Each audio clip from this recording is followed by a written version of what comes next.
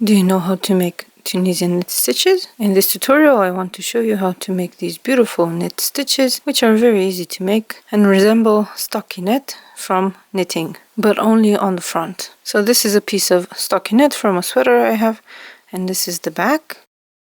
And this is a hat made in Tunisian knit stitches with a non-functional rib at the bottom. And this is what the stitches look like on the back. As you can see, they are not the same. These ones have some ridges on the back. And stockinette has the reverse stockinette or purl stitches on the back, which have only one small loop like this. This fabric is much thinner than the Tunisian knit stitch fabric. For this tutorial I will be using some chunky yarn with a 9mm hook that goes well with it. In a separate video I will show you how to make the reverse of the knit stitch, and in another video I will show you how to use these to create a very elastic type of ribbing in Tunisian crochet. So check those out, linked in the description.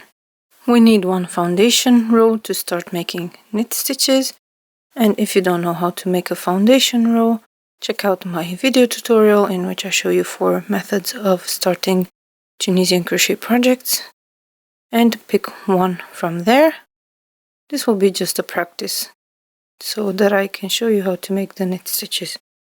So I made 9 chains, and I will pick up loops in the back bumps. This will create 8 Tunisian simple stitches and 1 last stitch in the foundation row.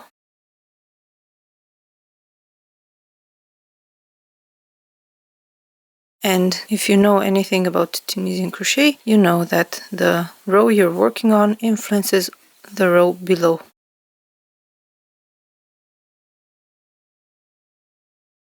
In this case, these will not stay Tunisian simple stitches, but they will turn into knit stitches.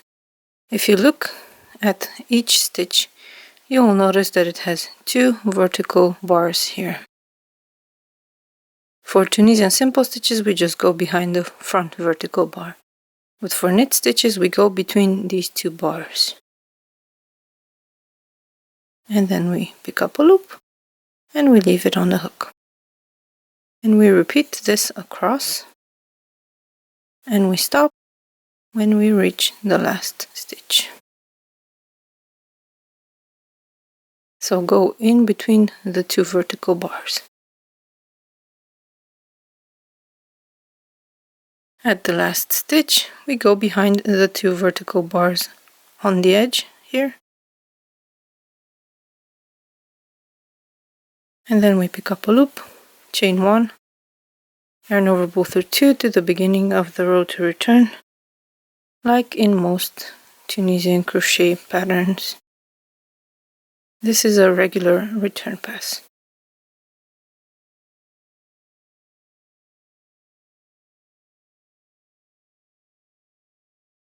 So now the foundation row has transformed into a row of knit stitches.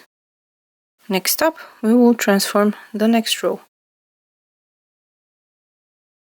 So like before, we go between the 2 vertical bars of the stitch.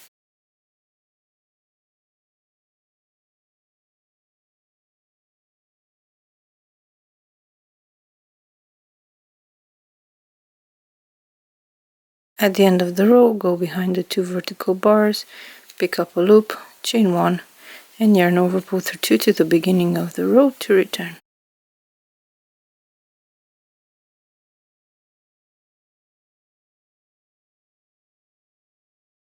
You continue repeating this as many times as you need to create the fabric that you need. You will notice that the stitches tend to cluster like this into columns. So instead of seeing one column like this, you will see columns like this. This looks like the stitches are upside down, but depending on your tension and what kind of yarn you use and how big the hook is, you might get those to form, or you might get a uniform fabric that looks like this. I have noticed that to get a uniform fabric like this, you need to use a slightly smaller hook that you would use with other Tunisian crochet stitches, but that also means that the fabric tends to curl a lot. That can be a problem, so I have other resources that address how to prevent this from happening when you need to use Tunisian knit stitches in your project. But also we will use this in the future, and we will use the curl of the knit stitches to create a very elastic type of ribbing.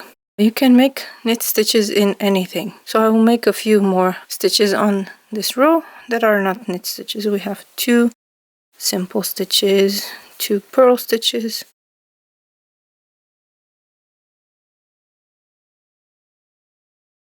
2 reverse stitches,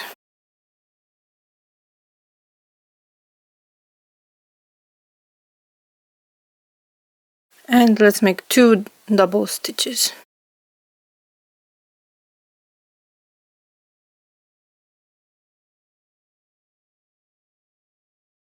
Then at the end of the row, insert the hook behind the 2 vertical bars, chain 1, yarn over, pull through 2.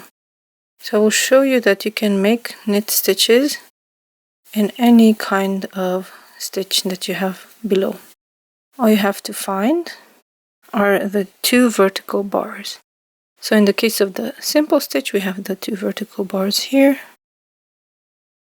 In the case of the purl stitch, again here, 2 vertical bars. In the case of the reverse stitch,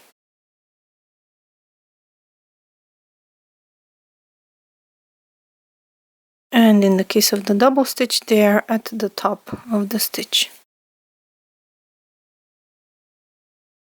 And then at the end of the row, make the last stitch, chain 1, yarn over, pull through 2 to the beginning of the row to return.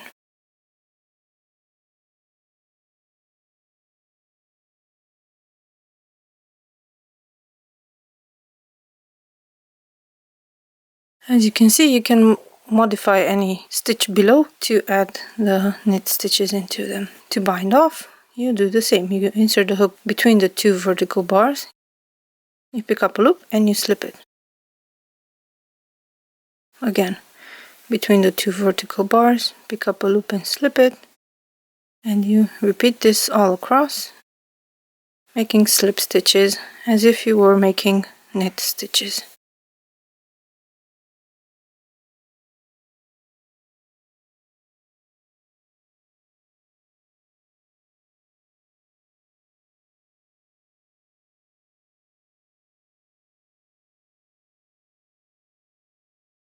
This bind off also tends to curl, but if you uncurl it and you steam block in case of acrylic or wet block in the case of other types of yarn, you can see the beautiful edge here with all knit stitches at the top. This is the back. These bumps are on the back for all the knit stitches, and of course for the other stitches you have other stuff on the back.